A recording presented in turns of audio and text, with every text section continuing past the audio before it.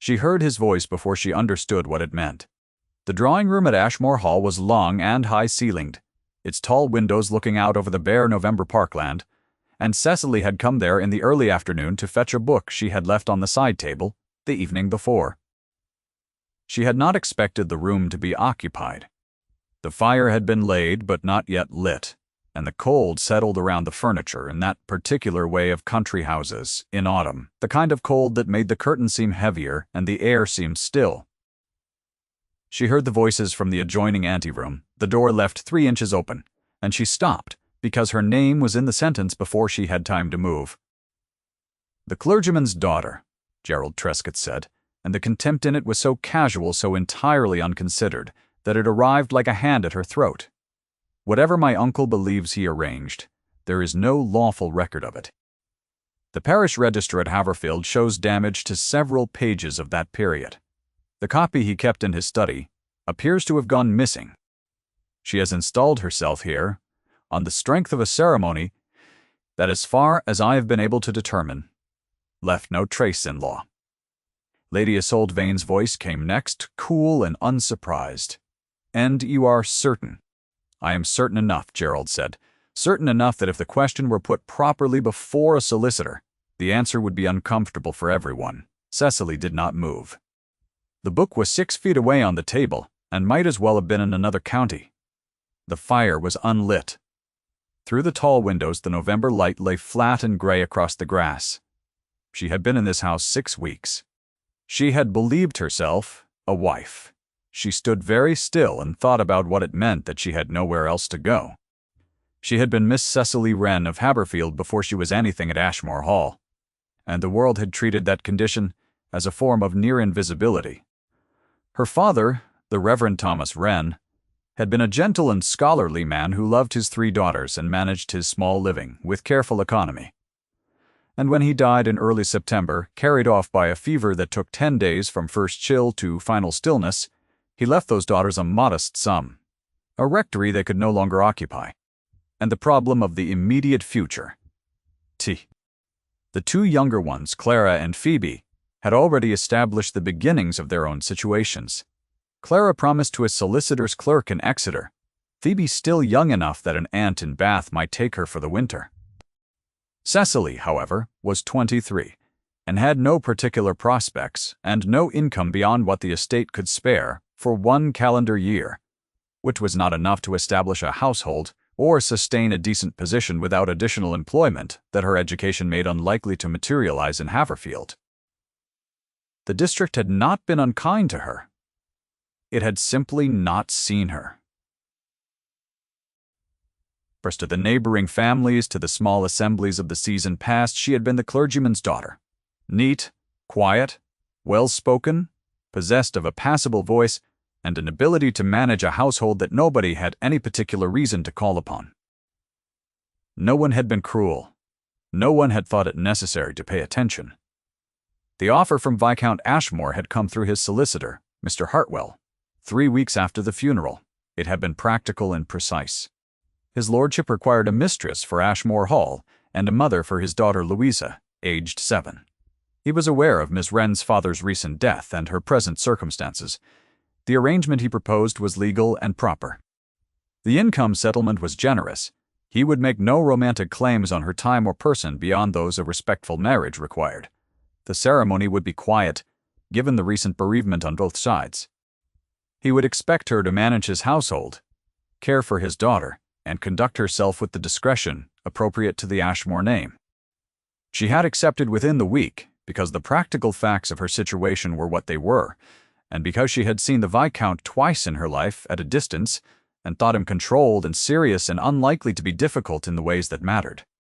She had not expected to find herself in a house full of quiet that was not cold, exactly, but carefully maintained. She had not expected Louisa, who arrived at breakfast on the second morning, and regarded Cecily from behind a large cup of milk with the frank assessment of a child who has been watching adults manage their grief and has learned exactly how reliable they are. She had not expected Mrs. Pott, the housekeeper, a woman of 60 or thereabouts, who had run Ashmore Hall for 20 years, and who received Cecily with a warmth that was professional but not manufactured. and she had not expected the Viscount himself to be present in the house. The way he was not intrusive, not warm, but there. At breakfast, at dinner, in the corridor at odd hours. Once in the library at 9 in the morning, when she came to return a volume of sermons she had borrowed without asking. And he looked up from the estate papers and said, without particular emphasis, "You may take whatever you need from the library." And she had said, "Thank you, my lord," and the brevity of it felt like a kind of courtesy she had not been shown in some time. The marriage had been performed at Haverfield Parish Church on a Tuesday in October, with Mr. Hartwell as witness, and the curate Mr. Guinness Finch officiating. There had been no family present. The Viscount had been correct throughout, and had handed her into the carriage afterward, without anything said that a stranger could not have heard, and the drive to Ashmore Hall had been passed in silence. That was, she had thought, probably the appropriate register for two people who had made a practical arrangement. She had been here 6 weeks. She had begun to believe she was his wife. In more than the technical sense, she had begun to believe she was becoming, gradually, something that had a name in this house. And now Gerald Trescott stood in the adjoining room and told Lady Isolde Vane that she was not. If Edmund had taken her measure at the graveside and found something worth the offer, Cecily took her own measure in the cold drawing-room that afternoon and found it still holding. She was frightened. The cold was considerable, and the implications were worse.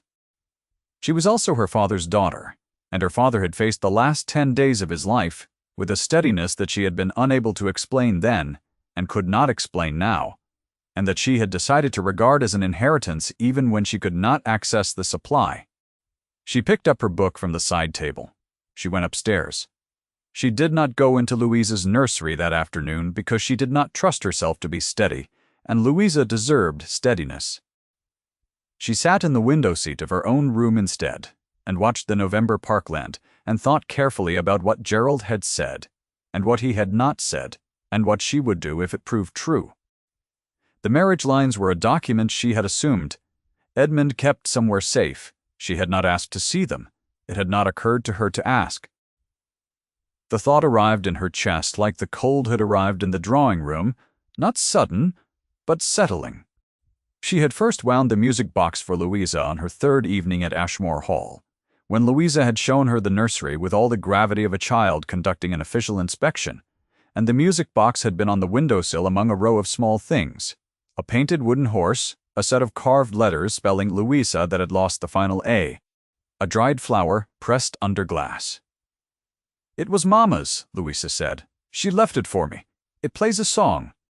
The box was small enough to fit in 2 hands, its lid painted with a cluster of blue flowers on a cream ground, its mechanism a little stiff from disuse. Cecily wound the key at the back carefully, and the music came out thin and sweet and slightly halting, the way small mechanical things sounded when they had not been played in too long. Louisa sat on the nursery floor and listened with the focused attention children brought to things that were important. "Papa used to play it himself," she said, when the mechanism wound down. "Before Mamma died. Afterward, he said it hurt to hear." Cecily had wound the key again and set the box between them on the floor. "Then we shall play it softly," she said, "and perhaps it will hurt a little less each time."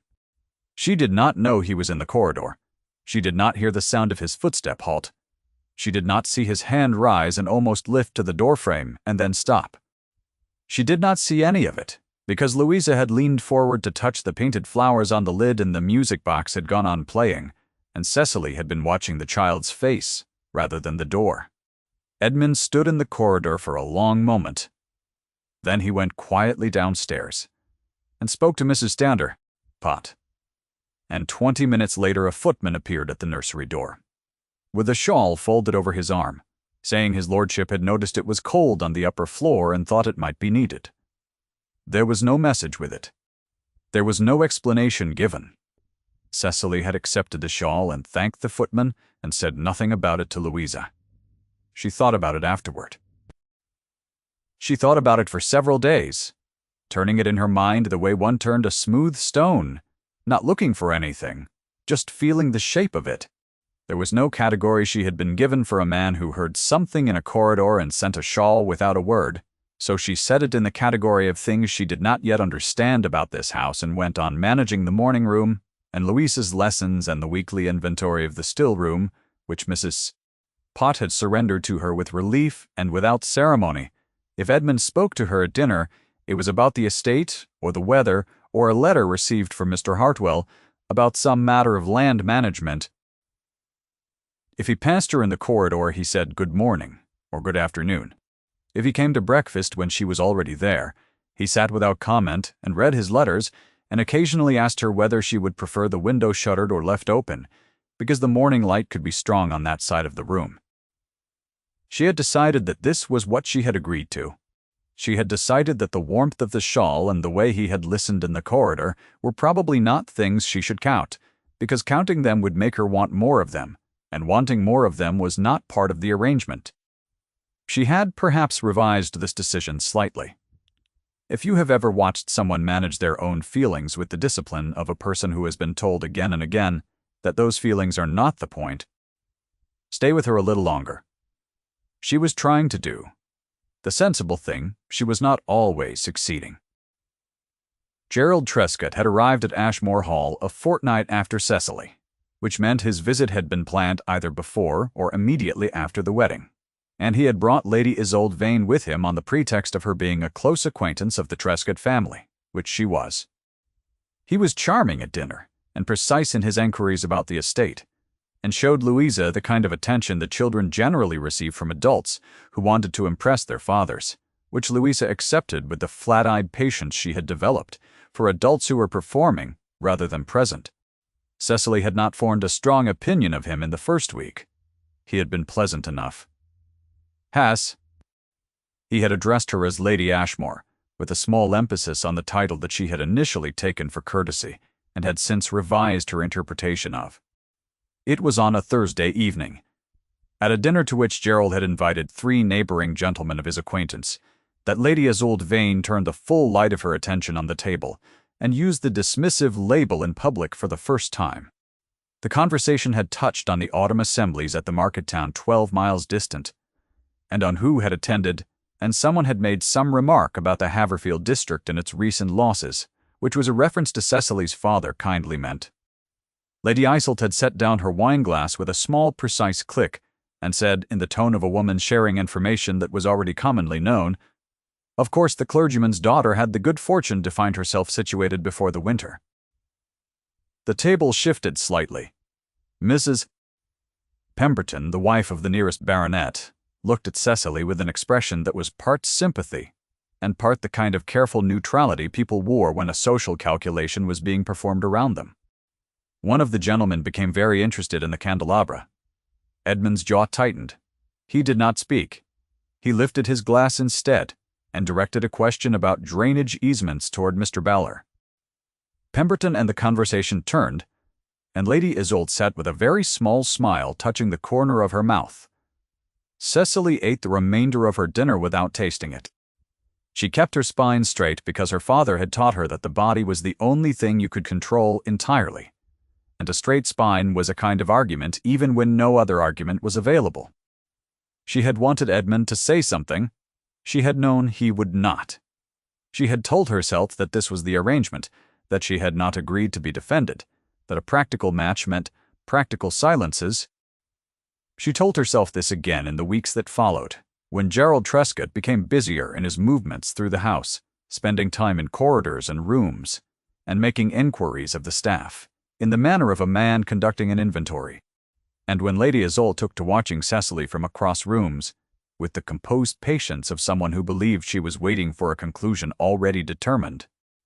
The parlour-maid, a girl called Agnes, came to Cecily's room on a Wednesday morning, with her face tight and her hands pressed together, and told her that Mr. Trescott had been speaking to the tenants, that he had told old Mr. Prescott, Hale at the home farm, and Mrs. Birch at the dower cottage, and the groom Davy, who had worked at Ashmore Hall since he was 12 years old, that there was some question about the clergyman's daughter's claim to the house, that the marriage, such as it was, might not be properly registered, that things might look very different soon, Cecily thanked Agnes and sent her back downstairs and sat on the edge of the bed and allowed herself for perhaps 3 minutes to feel the full weight of it.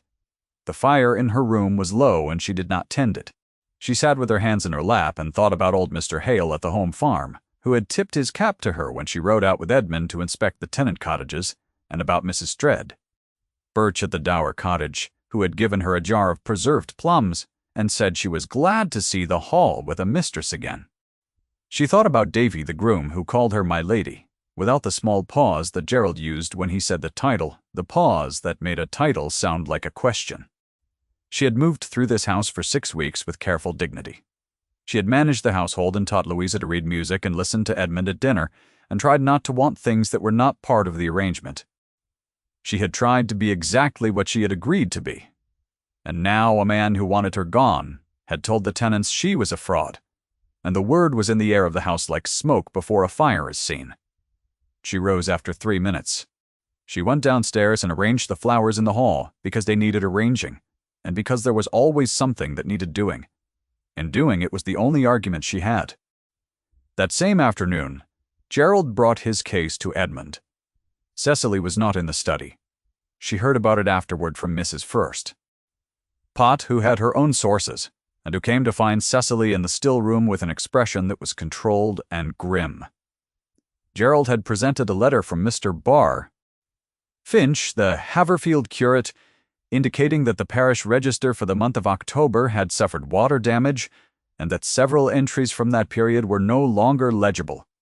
He had also noted, with every appearance of regret, that the marriage lines document that should have been held in the Ashmore study appeared to be missing. He had suggested, with Lady Isolde and one of the neighboring gentlemen present as witnesses, that the sensible course of action was for Lady Ashmore, he had said the title with particular care, to produce her copy of the document. He had further suggested that in the absence of such a document, the position of all parties was uncomfortable, and that a conversation with a solicitor might be warranted. He had not said she was lying. He had simply arranged the facts, so that the question of her honesty was hanging in the room, without anyone having stated it. Edmund had not spoken during this presentation. He had stood at the window with his back to the room and his hands behind him, and he had listened to everything Gerald said. And then he had dismissed them all and remained at the window after they left. Mrs. Purcell. Pot did not know what happened next in the study. She had not stayed to hear. Cecily set down the jar she had been holding and looked at her hands and thought carefully about what she knew for certain. She knew the ceremony had taken place. She knew Mr. Hartwell had been present. She knew Mr. Ratter. Finch had said the words, and they had signed a document that she had watched Edmund fold and place in his breast pocket, and she had assumed from that gesture that it would end in a locked drawer somewhere in this house. She had not taken her own copy. The thought struck her now with an absurdity so complete that she almost wanted to laugh. She had not taken her own copy because she had not thought she would need one. She had been standing in her father's churchyard 6 weeks before the ceremony, and a solicitor had come to her with a practical offer from a man she barely knew, and she had said yes and meant it. And she had been so accustomed to being the sort of person the world did not think it necessary to provide for, that it had not occurred to her to demand her own protection. She went upstairs. She began with the methodical calm of someone who had learned that panic was a luxury she rarely had access to fold and pack the items that were hers, the dress she had arrived in. Her father's Bible with its worn cover and the signatures of 3 generations in the front, 2 letters from her sisters, a shawl that had belonged to her mother, a small sketchbook that had never been used. She was folding the shawl, not the one Edmund had sent upstairs, which she set aside, since it was not hers, when she heard the knock at the door, and it was Mrs. Middy.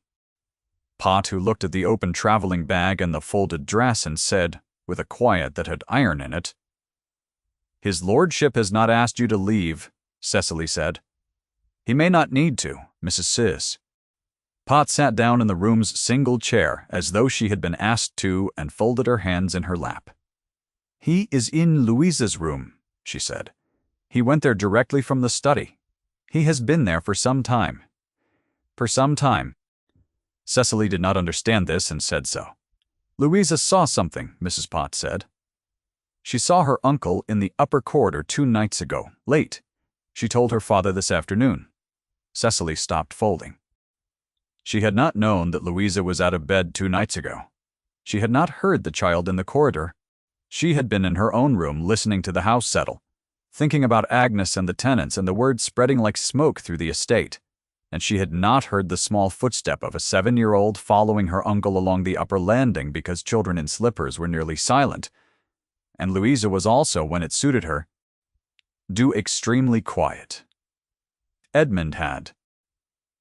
He had gone to the nursery and taken his daughter's hand and asked her what she had seen, and Louisa, with the precision of a child who had been watching adults mismanage situations for long enough to understand that accuracy mattered, had told him that she had seen Uncle Gerald go into the corridor with a candle at a late hour, and that he had gone into his room, and that through the gap at the bottom of the door she had seen the candlelight, and that later she had heard the sound of a trunk latch, and that in the morning she had wondered what he had been putting away.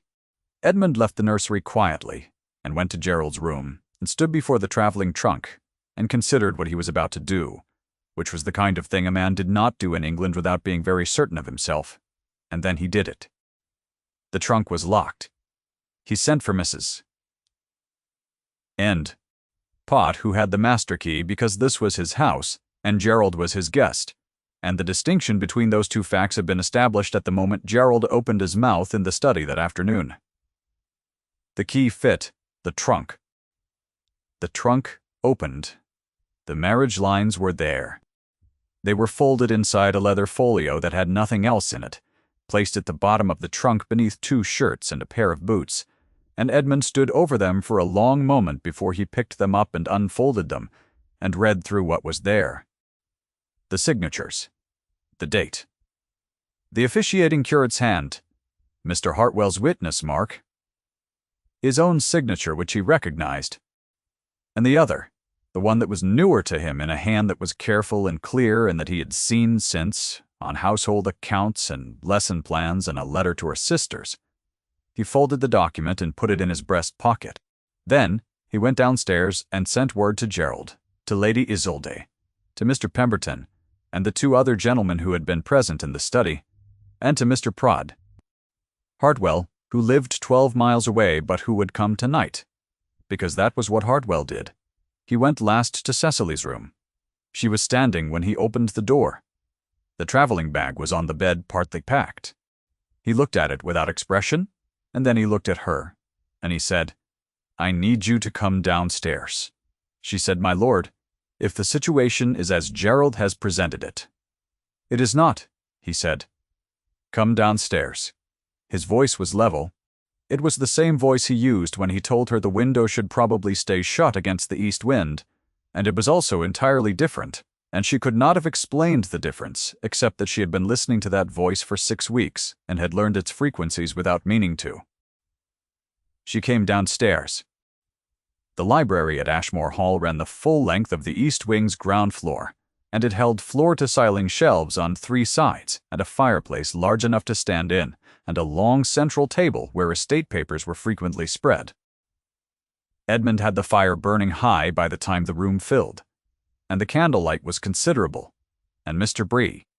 Hartwell had arrived from his house, still in his traveling clothes, with a look on his face that said he had been briefed in the carriage and understood the weight of what he was walking into. Gerald Trescott stood near the door with Lady Isolde at his shoulder and his chin lifted at an angle that was either confidence or its performance. Cecily, who had been watching him for weeks now, could not always tell which. The 2 neighboring gentlemen had come and stood with the careful blankness of men who had been invited to witness something and were now uncertain whether they had been wise to accept. Mrs. Pemberton, whom Cecily had not expected, had come with her husband, and she stood near the fire with her hands folded, and her expression one of intent attention.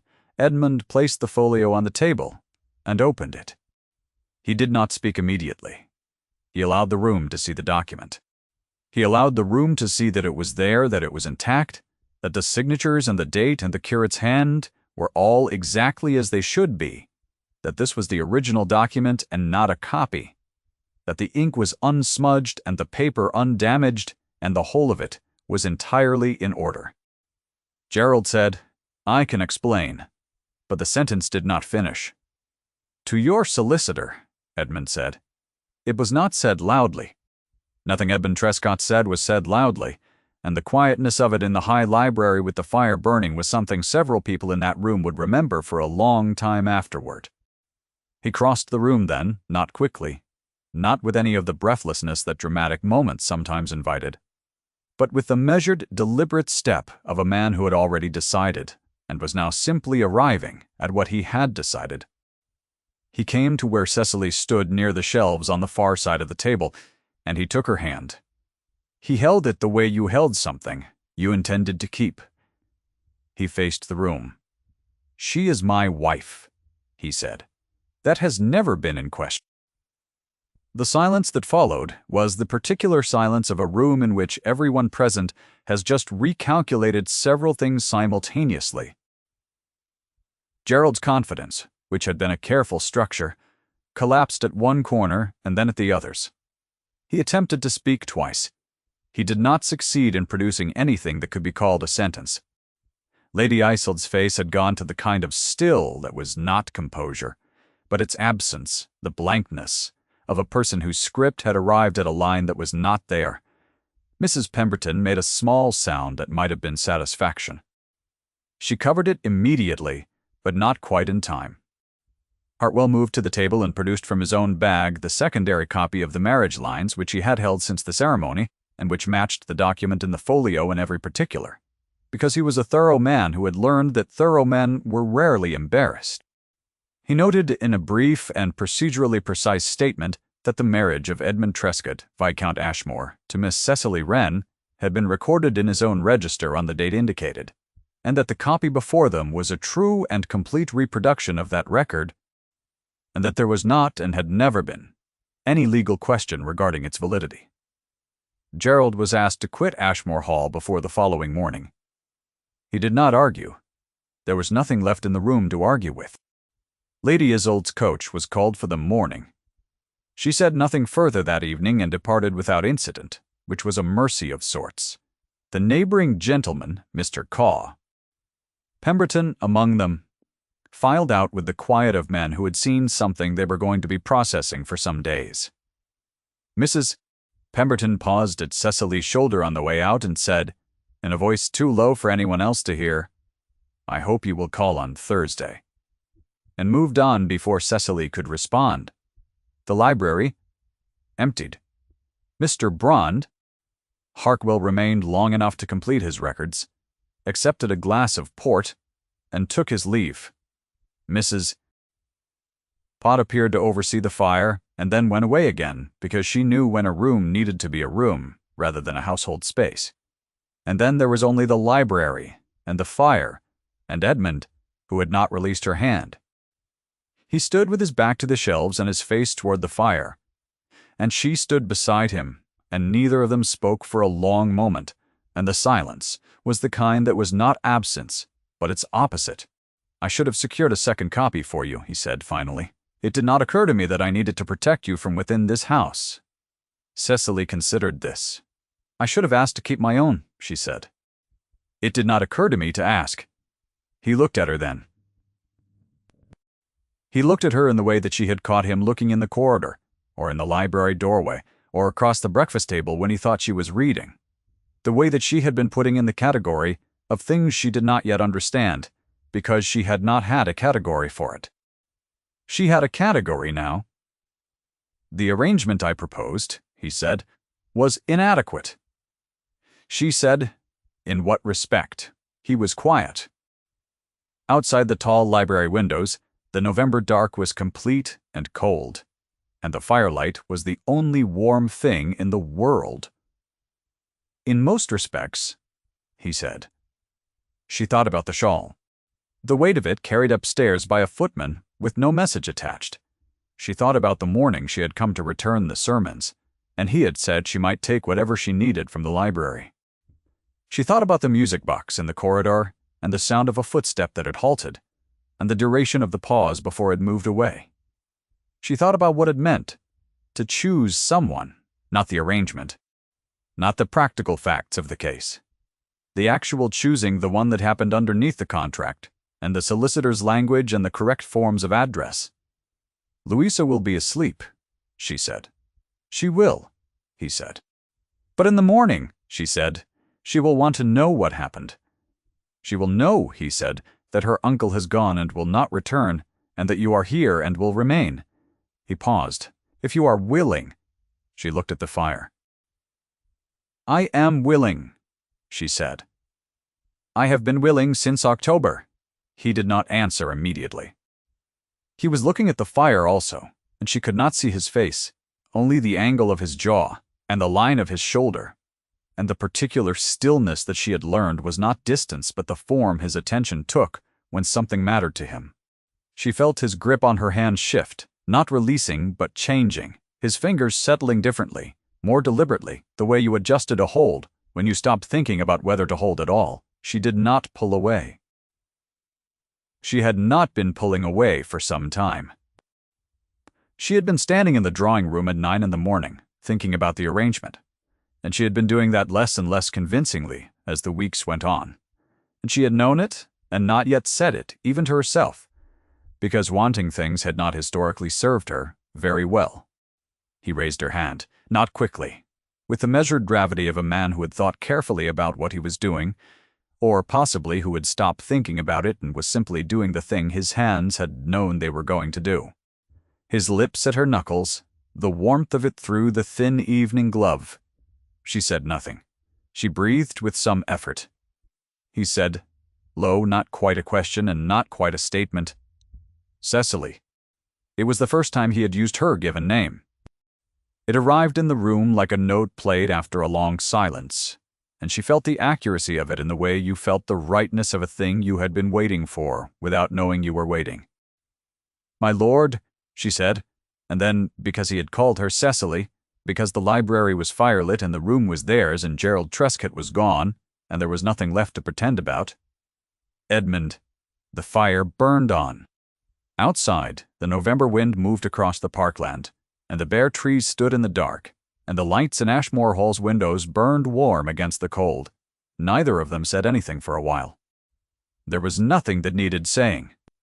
They stood in the firelight with her hand in his and the marriage lines on the table, and the whole of the house quiet around them. And if this was the arrangement, it was not the arrangement that had been proposed in September. It was something else entirely, something that had no name in the contract and did not need one. The music box was in the nursery upstairs where Louisa was sleeping, the painted blue flowers on the lid just visible in the dim light that crept under the door. It had not been played since the afternoon, and it would not be played until morning, when Louisa would wake and come downstairs and find both of them at breakfast, and would regard this situation with the flat-eyed assessment she applied to everything, and would determine without apparent effort that things were different now, and would not say so aloud, because she was her father's daughter, and did not say things aloud that she was still working out. That evening, after Cecily had gone upstairs, and after Edmund had checked the locks and damped the study fire, and made his slow way through the dark house, he paused outside the nursery door. He could hear his daughter's breathing, even and slow, the unhurried rhythm of a child who had had a full day and was replenishing herself without difficulty. He pushed the door open a careful inch. The music box was on the sill. He lifted it. He wound the key at the back, slowly, and then held the mechanism still with his thumb so the music did not sound. He stood there in the doorway with the music box in his hands, and his daughter sleeping and the house quiet around him, and he thought about what it meant that the hurt did not feel as impossible as it had. He released his thumb. The music played, thin and sweet, into the dark nursery, and Louisa did not wake. And it played until it wound down, and then Edmund set the box back on the sill and pulled the door to and went to bed. The winter came in hard that year, and Ashmore Hall took it well. The fires were kept burning, and the larder was full, and Louisa had piano lessons on Tuesday and Thursday mornings, and Mrs. Pott ran the household with the efficiency she had always run it, and the additional satisfaction of knowing it was settled. By Christmas there was snow on the parkland and visitors at the hall, and a warmth in the house that the fires alone could not account for. In the evenings, when Louisa was in bed and the day's business was finished, there were two people in the library, which was warm enough for reading and quiet enough for talking, and which had a fire that burned well and a window that looked out over the white of the park. Sometimes they talked. Sometimes they did not. Sometimes Cecily read, and Edmund worked at his estate papers, and the silence between them was the kind that had weight and shape and warmth in it, the kind of silence that was not empty, but full. If you were waiting for something dramatic to close the circle, it was there on the windowsill of the nursery where the music box sat, its painted lid catching the morning light, played now more regularly than it had been in 3 years. Louisa had noted this change and attributed it to the general improved state of affairs which she approved of. She did not say so. She was working it out. The marriage lines lived in Mr. DJ. Hardwell's office in town, with a second copy in Edmund's study and a third in a locked drawer in Cecily's writing table, because she had understood now that protection was something you arranged for yourself and did not wait to be provided. Edmund had helped her choose the lock. It was a small thing. It was also not small at all. It was the difference between the arrangement and everything that came after the arrangement. The part that had no contract and did not need one. The music played in the mornings when Louisa brought the box to the breakfast table, and it played in the nursery on Tuesday evenings when Edmund wound it himself, and it played on the first Sunday of December, when the snow was thick outside the windows, and Cecily held it in her lap, and the three of them sat by the fire and let the thin, sweet music fill the barre room until it wound down and nobody said anything, because the music said what was needed, and the warmth of the room said the rest.